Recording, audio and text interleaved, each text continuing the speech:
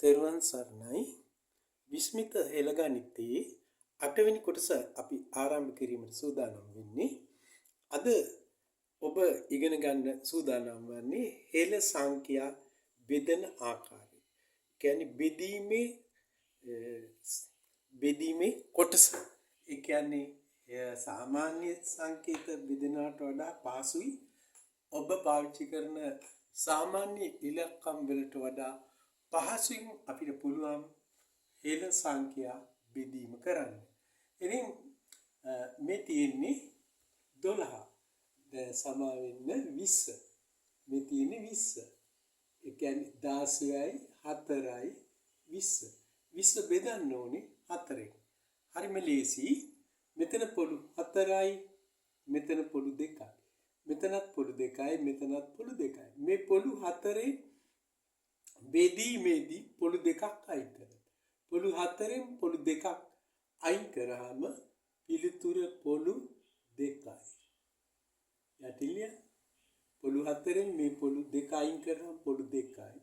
මෙතන පොළු 2කින් පොළු 2ක් ඉවත් කරන්න. පොළු 2කින් පොළු 2ක් ඉවත් කරාම පොළු නැහැ. පොළු නැහැ කියලා මේ විදිහට ලියන්න. ඉතින් මේ අවසාන පිළිතුර වෙන්නේ 5. ඒ කියන්නේ 20 බෙදීම 4 කියන්නේ 5යි. තාම සරලයි. චක්‍රේ අවශ්‍ය වෙන්නේ නෑ බෙදීමට. බෙදීමේදී කරන්නේ පොළු ප්‍රමාණය අයින් කරන එක. අපිට ඕනම ගානක් බෙදා ගන්න පුළුවන් ඕනම සංඛ්‍යාවක්. අපි ඉස්සෙල්ලා සරලව විවෘත සංඛ්‍යා වලින් බෙදලා පුරුදු වෙලා ඊළඟට අපිට පුළුවන් වෙනවා සම්පූර්ණ ඕනෑම සංඛ්‍යාවකින් බෙදන්න. ඊටාම පහසුවෙන් බෙදන්න පුළුවන්. තව අපි බලමු මේ තියෙන්නේ 8 මේ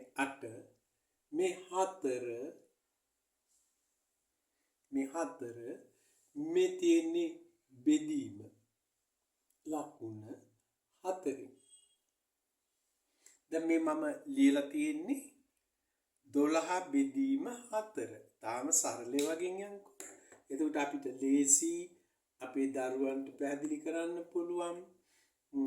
අපිටත් තේරුම් ගන්න පුළුවන්.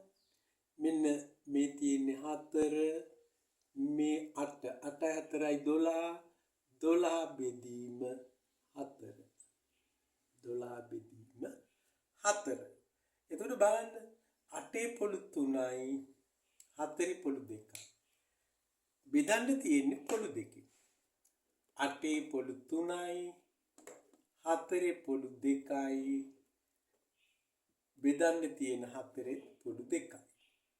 දැන් අපි බෙදන්න තියෙන එකෙන් බෙදන සංඛ්‍යාවේ පොළු අඩු කරනවා. මේ 8ෙන් අඩු කරනවා පොළු 4 පොළු 2ක්. 8ෙන් පොළු 2ක්. 8ෙන් කියන්නේ මෙතන තියෙනවා පොළු 3. පොළු 3ෙන් පොළු 2ක් අයින් කරනවා. පොළු 3ෙන් පොළු 2ක් අයින් කරාම එක පොළයි. ඔන්න එක පොළක්. ඊට පස්සේ මේ පොළු දෙකෙන් මේකේ පොළු 2 අයින් කරාම පොළු නැහැ. කොයිතරම් ලේසිද කියලා බලන්න. උත්තරේ එනවා 3. ඒ කියන්නේ 12 4ෙන් බෙදුවාම 3යි කියලා ලස්සනට එනවා. මේ වගේ අපිට තව ඕනෑ තරම් ගණන් හදන්න පුළුවන්. බෙදීම. ලොකු ගණන්, පොඩි ගණන්, කුඩා ගණන් නේ. අපි බලමු 48. මේ තියෙන්නේ 32නේ. 32. මේ තියෙන්නේ 16. එතකොට 32යි 16යි 48. මේ නිරූපණය කරලා පෙන්නලා තියෙන්නේ 48. දැන් මේ 48 8ෙන් බෙදන්න බලන්න. හරිම ලේසියි. 8 කියන්නේ ත්‍රිකෝණය.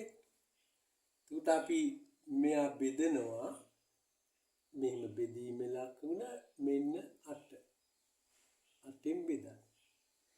එතකොට මෙයාගේ පොළු 5ක් තියෙනවනේ 1යි 2යි 3යි 4යි 5යි.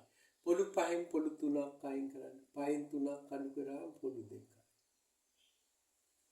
පොළු 5න් පොළු 2ක් අයින් පොළු 3ක් අයින් කරා 5න් 3ක් අඩු කරාම පොළු 2. පොළු 2 ඊළඟට මෙතන පොළු 4ක් තියෙනවා මෙතන පොළු 4න් 3ක් අයින් කරා 4න් 3ක් අයින් කරාම එක පොල්ලක් මේ අවසාන පිළිතුර කීයද 4යි 2යි මේ 4 මේ 2 6 එතකොට 48 8න් බෙදුවාම 6යි චක්‍රයක් ඕනේ තාම සරලයි තාම ලේසි අපිට තව ඕන තරම් ගන්න පුළුවන්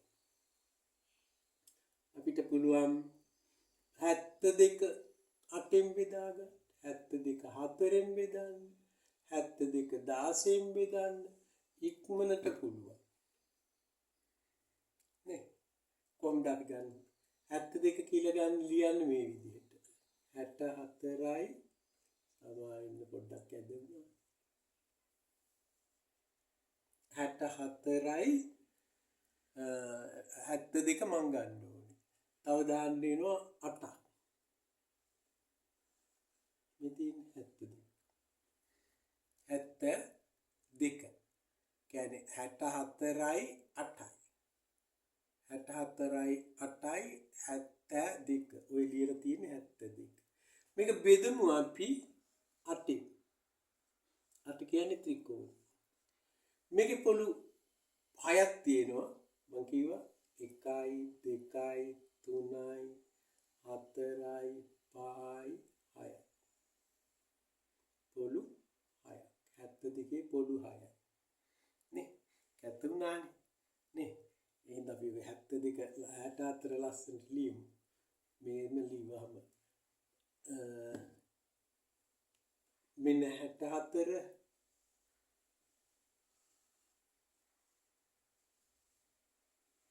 මෙන්න 8 එතකොට මෙන්න 72 මේ තියෙන 72 8ෙන් බෙදන්න මෙතන පොළු 6යි 1යි 2යි 3යි 4යි 5යි 6යි පොළු 6ෙන් අයින් කරන්න ඕනේ පොළු 3 පොළු 6ෙන් පොළු 3ක් අඩු කරාම පොළු 3 මෙතන පොළු 3යි පොළු 3ෙන් පොළු 3ක් අයින් කරාම පොළු නැහැ පොළු 3ෙන් පොළු 3ක් අයින් කරාම පොළු නැහැ ඒක තමයි උත්තරේ 72 8ෙන් බෙදුවා. උත්තරේ මේ තියෙන්නේ 8යි 1යි 9. එතකොට 72 8ෙන් බෙදුවාම 9යි. 9 කොහොමද ඇදුනේ? මෙතන 8 මෙතන ඩොට් එක මේ තියෙන අපේ 9. අපි ලියන 9. 9යි.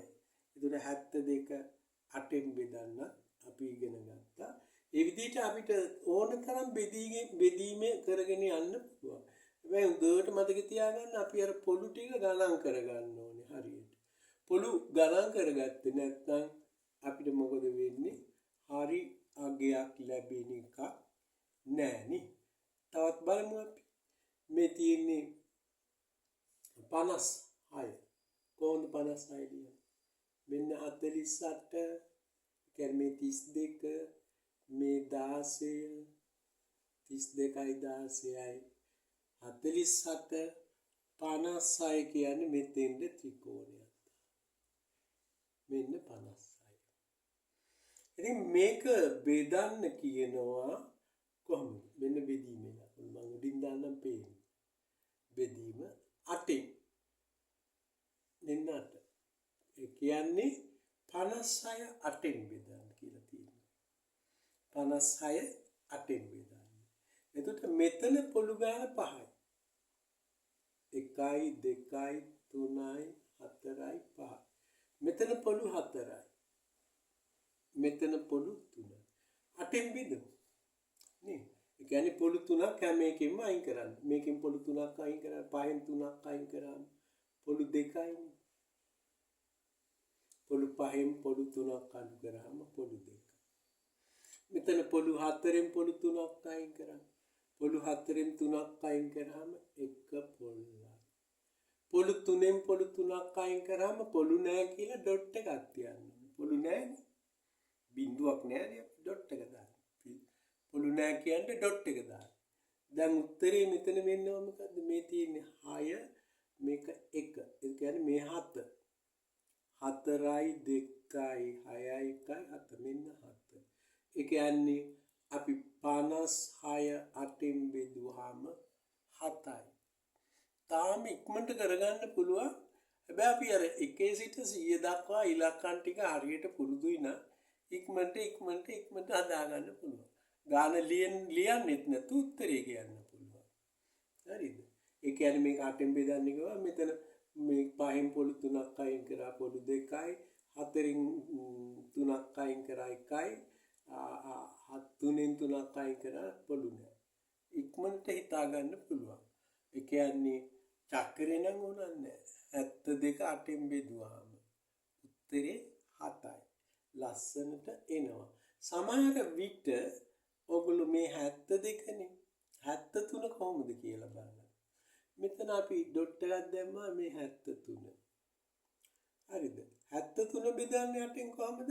ඒත් ඒ විදිහටම. මෙතන පොළු 5යි පොළු 5න් පොළු 3ක් අයින් කරාම පොළු 2යි පොළු මෙතන 4යි පොළු 4න් පොළු 3ක් අයින් කරාම 1 පොල්ලයි මෙතන පොළු 3යි පොළු 3න් පොළු 3ක් අයින් කරාම පොළු නෑ මෙතන පොළුත් නෑ අඩු කරන්න විදියක් නැති ඉඳලා එයා ඉතිරි වෙනවා. එතකොට ඒක බෙදන්න බෑනේ පොළු අයින් කරන්න බෑ. එයා අයින් කරන්න බැරි නිසා එයා ඒ විදිහට තියෙනවා. එතකොට උත්තරේ කීයද? 7යි ඉතිරි 1යි. ඒ කියන්නේ 73 8න් බෙදුවාම 7යි ඉතිරි 1යි. ඒ වගේ ඊටාම සරලව අපිට ගණන් කරන්න පුළුවන් නැත්නම් බෙදන්න පුළුවන්. කොයිතරම් සරලද කියලා බලන්න. අපේ හෙළ ගණිතය බෙදන්න අපිට චක්‍ර වුණන්නේ නැහැ. ඒ වගේම අපිට කල්පනා කර ඉන්න නැහැ. නිකන් පොල්ලක් දෙකක් පොඩු ගානක් අයින් කරගෙන යන්නේ අයින් කරගෙන යන්නේ. ඒක හරිම ලේසි. අපිට ඕනම ගානක් එහෙම කරන්න පුළුවන්. මේ තියෙන්නේ 16 කොටු 4යි මෙහෙම දැම්මම කොටු 7යි. මේ තියෙන්නේ 128. දැන් 128 ඔන්නන්න අපි මෙහෙම දැම්මම 128යි 16යි මේ තියෙන 144. 128යි 16යි 144. මෙයා බෙදන්න කිව්වොත් කාගෙන්ද? 8න් නැත්තම් 16න් ඕනම එකක. අපිට පුළුවන් නේද? 8න් බෙදන්න කිව්වොත්. 8 කියන්නේ ත්‍රිකෝණෙනේ නේ. 8න් බෙදන්න පුළුවන්. මේ තියෙන 8. ඒ කියන්නේ මේක අපි 8න් බෙදනකොට මේකේ පොළු 3 අයින් කරනවා. මෙතන පොළු 7යි මේ පොළු 3 අයින් කරාම චතුරස්‍රය නැත්තම් 16 විතරයි. මෙතනින් පොළු 3ක් අයින් කරමු. ඒ කියන්නේ පොළු 4න් පොළු 3ක් අයින් කරාම එක පොල්ලයි. ඔන්න උත්තරේ 18යි. 144 8න් බෙදුවාම 18යි. හරිම ලේසි. 144 අපි බෙදුවේ. කීයෙන්ද? 8න්. එතකොට මෙතන පොළු 3ක් අයින් කරාම පොළු 4 ඉතිරි වෙනවා. මෙතන පොළු 4න් පොළු 3ක් අයින් කරාම එක පොල්ලක් ඉතිරි වෙනවා. එතකොට උත්තරේ මේ 16යි මේ 2යි 18. හරිම සරලයි. හරිම ලේසි. ඒ වගේ ඕන තරම් අපිට ගණන් හදාගෙන යන්න පුළුවන්. 16 වර චක්‍රේ වුණන්නේ නැහැ නේ. එතකොට අපි මේක බෙදන්න කිව්වොත් 16 මොකද්ද කරන්නේ? මේ බෙදන්න ඕනේ මම මේ උඩට දාන්න පේන්නේ නැති ඉඳා මෙතන තියෙන්නේ 128යි මේ 144. මේක 128යි 16 144 අපි මේ ඉලක්කම් ලියාගෙන පුරුදු වුණාම අපිට ඉක්මනට කියවන්න පුළුවන්. දැන් අපි තියෙන ඉලක්කම් සම්මත ඉලක්කම් වලට වඩා පැහැදිලි. එතකොට මේක 16න් බෙදන්න ඕනේ 144. 16න් බෙදන්න මහන්සි වෙන්න ඕනේ. මේකේ පොළු 7යි. පොළු 7න් පොළු 4ක් අයින් කරාම පොළු 3යි. මෙතන පොළු 4යි පොළු 4න් පොළු 4ක් අයින් කරාම පොළු නැහැ. එතකොට අවසාන උත්තරේ 9යි. 144 16න් බෙදුවාම 9යි. බලන්න අපිට 16 වර චක්‍රේ පාඩම් කරගෙන ඉන්න ඕනන්නේ නෑනේ නේ. ඉතාලම සරලව ලියන්න පුළුවන්. හදන්න පුළුවන්. හොඳයි. ඉතින් ඔයගොල්ලෝ මේ ටික ඉතාම ඕනෑකමින් කීප වතාවක් හදන්න, කීප වතාවක් හදලා බලන්න, හොඳට තේරුම් ගන්න. හොඳට තේරුම් ගත්තට පස්සේ අපිට පුළුවන් ඉදිරියේදී ඕන ගානක් ඕන විශාල ඉලක්කමකින් පාසුවෙන් බෙදන්න. චක්කරේ නැතුව කම්පියුටරේට, කැල්කියුලේටරේට ඉස්සෙල්ලා. ඉතින් එහෙම ඉගෙනගෙන මේක මුළු රටේම අපි පතුරවන්නේ නෙවෙයි අපේ විශ්ිත ගණිතේ ඔයගොල්ලෝගේ මිතුරන්ට ඥාතීන්ට මේක ෂෙයා කරන්න. එහෙම නැත්නම් අනිවාර්යයෙන්ම ඔයා මේකෙන් යමක් ඉගෙන ගත්තා නම් වටිනවා නම් ඕ වැඩක් නැත්තම් ඕ මොකක් හරි දැනෙනවා නම් ඔයගොල්ලෝ අර යටින් කමෙන්ට් එකක් දාන්න මේකේ හොඳයි නම් හොඳයි කියලා ඔයගොල්ලෝ සම්පූර්ණ සත්‍යය නැත්තම් ඔයගොල්ලෝගේ හදවතට දැනෙන අදහස ලියන්න. නිකම්ම බලා යන්න එපා. අපි දිරිමත් කරමු මුළු රටම ඔයගොල්ලන්ගේ අදහසත් සමග. ඔයගොල්ලෝ දෙන අදහස මේ ගැටලු විසඳීමට දරුවන්ට උපයෝගී වෙනවා. ඒකම සබ්ස්ක්‍රයිබ් කරන්න. එතකොට අපිට උඩ දෙනෙකුට බෙදන්න පුළුවන්, දැනගන්න පුළුවන්. අනිවාර්යයෙන්ම ඔබ ඒක කරන්න. අඩු වශයෙන් එක සැරයකට 5 දිනයකට නෑ ඔයගොල්ලෝ සබ්ස්ක්‍රයිබ් කරන්න හැමදාම ඒ වගේම ෂෙයා කරන්න 5 දිනකටවත්. එතකොට අපේ ගණිතයේ අපේ හෙළ ගණිතය ඉදිරියටම යනවා, ඉහළට යනවා. අපිට පුළුවන් හොඳ ගණිත කණ්ඩායමක් හදාගෙන හෙළයන් පිරිසක් බී කරගන්න මොලේ තියෙන කොටසක්. හොඳයි. ඉතින් ඊට වැඩිය මම කියන්නේ ඒ ඔබ සැමටම බුදු සරණයි දෙවි පිහිටයි කියලා ප්‍රාර්ථනා කරනවා. ලබන සතියේ තවත් සතියක දවසක ඔබ හමු වෙන තෙක් ඔබ සැමට තෙරුවන් සරණයි.